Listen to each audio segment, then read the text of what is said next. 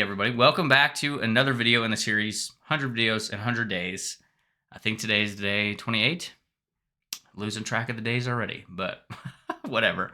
So today I kind of want to talk a little bit about imposter syndrome. So we had a coaching call with our clients yesterday, and there was a lot of misconceptions around us feeling imposter syndrome or us going through that, and the different stages of building a business, right? We've done over $1 million online, and it's a very real thing. And we're actively going through it. Specifically me, I've been going through this the last couple of weeks a lot. So I actually shared a post with our community and figured I would kind of run through that today and talk about that, because it's a very real thing that is going to hinder a lot of people.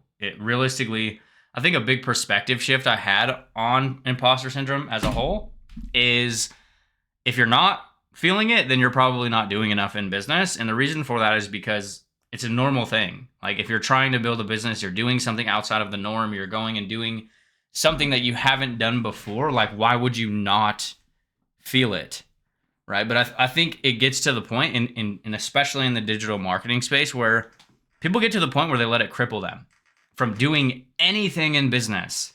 Like, why would anybody even listen to me? Why would they do this? Like, oh, I'm not qualified enough to teach this topic. I can't do this because of what? The noise we tell ourselves in our brain. So I kind of want to run through this post, talk about some of the stuff that I've been telling myself over the last couple of weeks, because we just made a massive shift in our business, right? We closed down our free Facebook groups, which had probably 8,000 people in them, and it's a weird time, right? I would not have been able to have the financial success I've had online. I would not have been able to have the impact that I've had online, or figure out a process that's helped our students make millions of dollars online if I did not have this group. But we closed it down, right? So that brought on a myriad of different emotions, feelings, doubts, imposter syndrome, questions of myself internally. So I kind of want to break this down for you guys and try to flip your perspective on how we look at things, right? Because at the end of the day, we're always going to end up going through this at different stages in business. It's not necessarily a bad thing. I think how we react to it is more important. So let's dive in, and I'll run through this post, and yeah.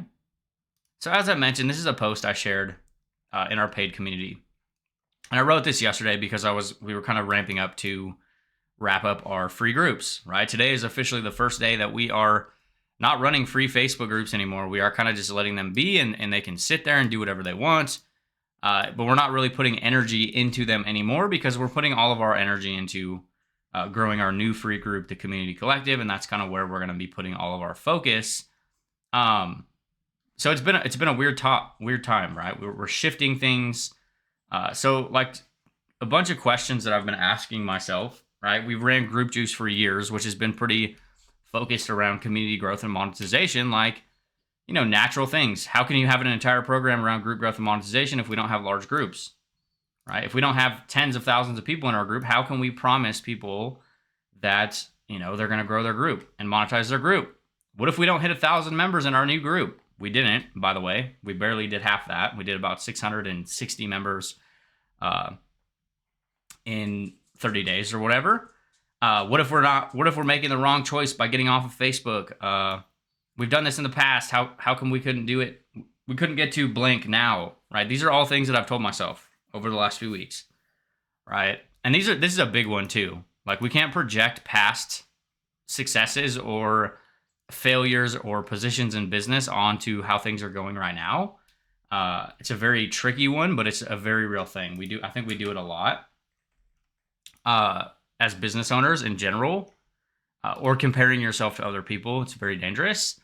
And I could keep going if I'm honest, but at the end of the day, none of it means anything, right? So I want to try to flip your guys' perspective in order around this, right? If someone has the objection around us not having a large group and it being the reason they wouldn't want to work with us, I wouldn't want them in our paid offers anyways, because they're not watching us closely enough. Right, we've had $11,000 days out of Facebook groups of 43 people. We've produced a lot of big numbers out of tiny groups. And if they're looking at pure vanity metrics, follower count, view count, community size, they're probably not even potentially thinking about getting into the offer for the right reason. So that would make me less inclined to actually wanting to have them in a paid opportunity, right? Nothing we teach is magic money buttons, quick, easy, plug and play type shit. And this right here is like a key indicator that if that's all they're focused on, like, hey, how can you show somebody how to create content if you only get 500 views on your content? Like, it's a common thing, but their perspectives on this game are wrong, right? So I wouldn't even necessarily want them in the community. And another thing to think about is, like, just because we don't have a very large community right now, it doesn't discredit anything that we've done in the past, right? We've had thousands of people in our group. I think I hit 6,000 people in my Facebook group like 6 times. And I removed thousands of people over the years. Flip has removed thousands of people over the years. It's not always a direct reflection on how successful your community is the actual number, which is a big misconception, especially for people newer in business, right? More followers, more views, more things like that are usually tied to more financial success, where that's usually only the case if somebody is potentially just monetizing through ad revenue versus, like, we optimize to sell a lot of our own offers and our own products, and converting a higher percentage of our actual audience versus trying to get paid per view and all that type of stuff.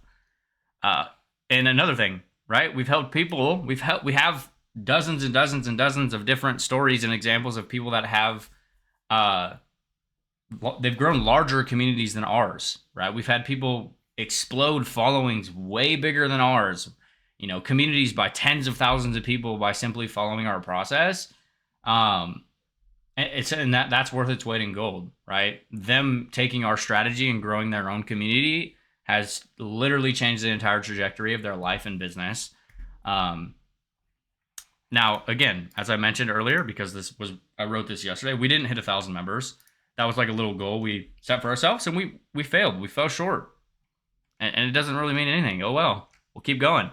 As a whole, it's still a very successful launch, right? If you take a step back, right, we had 600 people join the group in 30 days, and this is just the beginning, right? Me and Flip and myself, we don't think of our business in days. Instead, we think like years, right? So this is 30 days into this community. We're going to continue to build this community for years. This is going to be our hub. This is going to be our baby. This is what we're going to continue to put our energy into.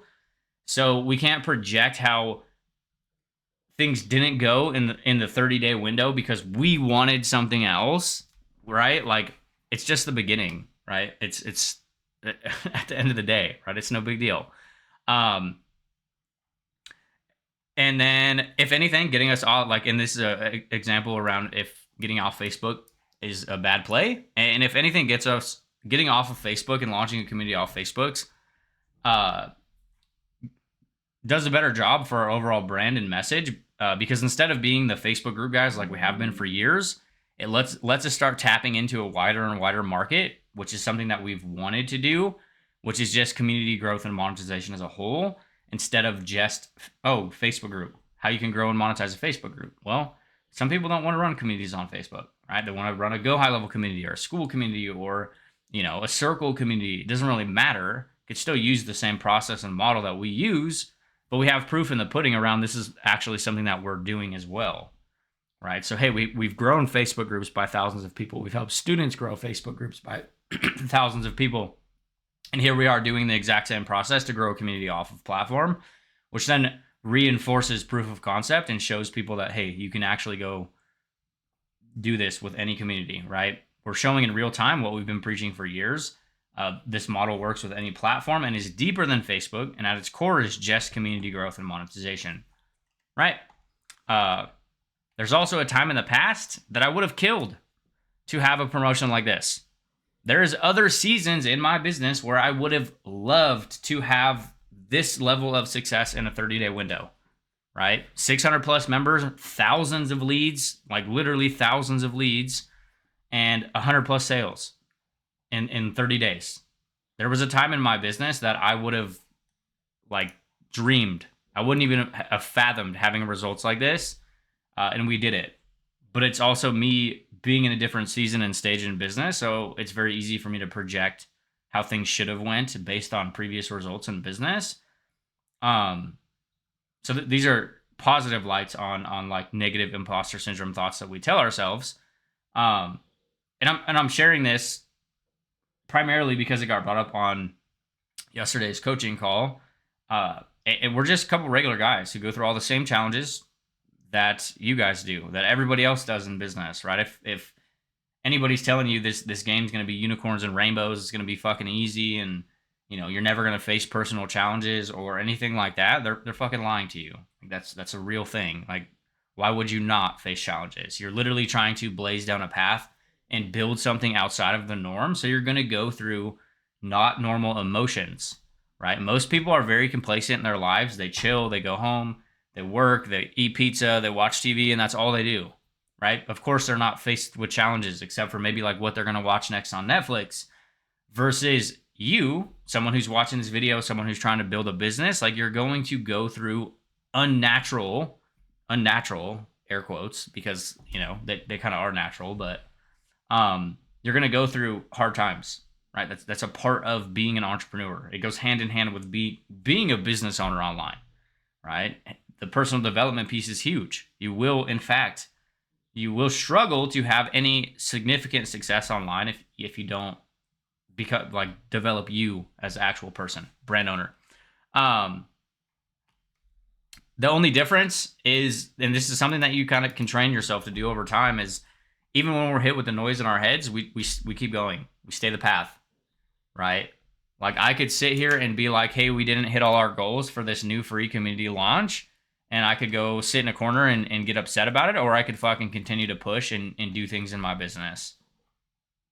And I know this isn't like a tactical strategy or anything like that. I just want to bridge some type of connection with you. Like, me, myself, Flip, we still actively go through challenges all the time.